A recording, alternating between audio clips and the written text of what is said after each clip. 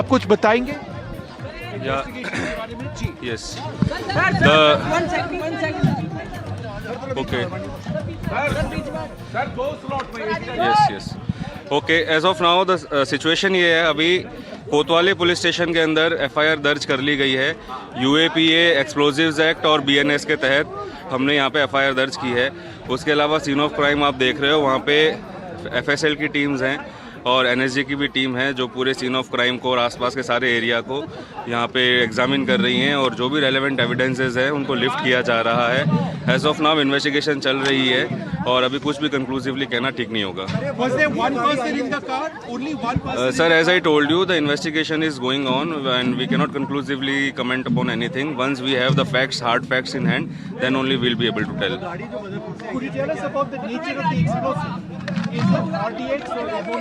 The FSL is doing the same thing only. They are lifting the traces of explosives, and based on their testing, they will be able to conclusively tell. How long does that process take usually?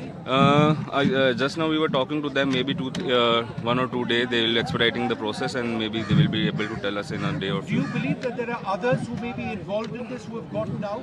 As I told you, that it is investigation is ongoing and the facts are unfolding and new things are coming up. So as of now, it will be premature to conclude anything.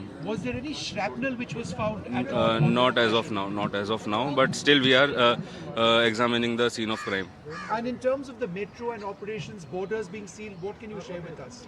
No, as of now, I cannot share anything about that. We are deciding upon it, and then we'll take a call. Could you share any other DCP North Delhi giving details of the investigation so far, the UAPA sections which have been invoked. Vishnu, yes. Yeah, no, so he answered all of those questions which I asked him. And essentially what he did say is that they are unclear at this juncture about whether there are any other accomplices who got away.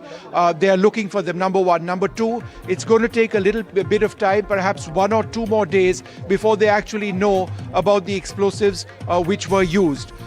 Number three, there was no shrapnel which was actually used at this stage.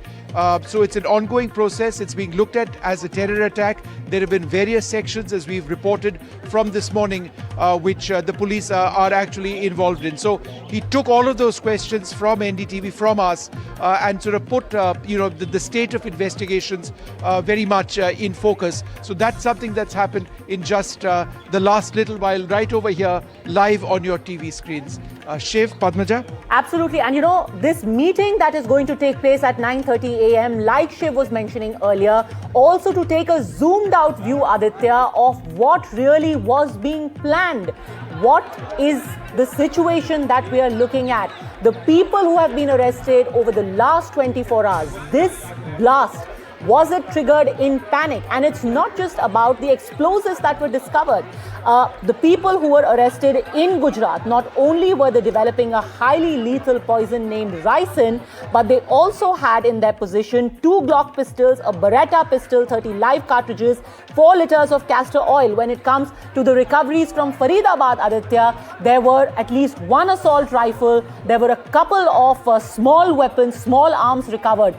Was this about more than trying to plan a blast? The kind of conspiracy that was hatched could be much bigger.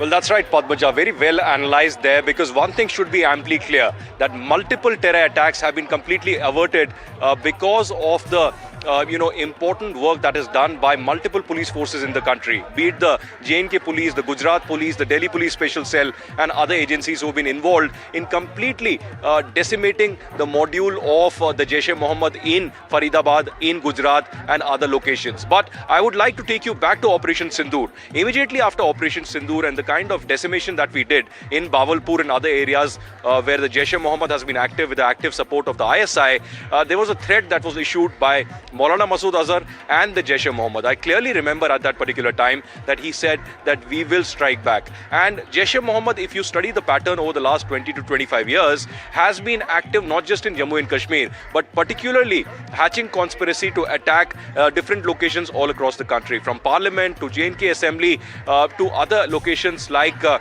Pathankot Air Base and others. So in this particular case also, there were several threats that were given to Ayodhya, to New Delhi, to Gujarat, and several other locations as well.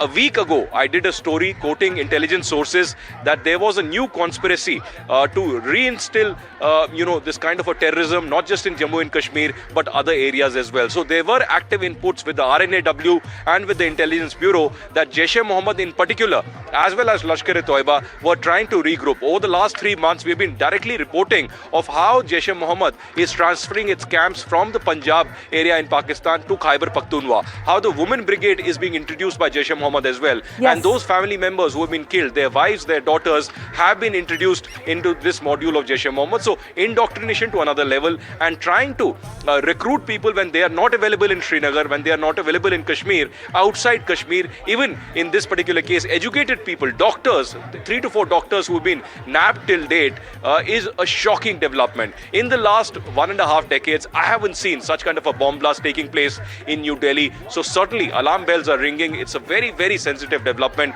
which the Delhi police and all the security agencies will be keeping a very close watch on, because who knows that while the module has been busted and this particular act has happened, perhaps Umar Mohammed is dead, but there could be others in this entire module who could be in other parts of the country, and that's why there's a red alert in several states of India, including the border areas.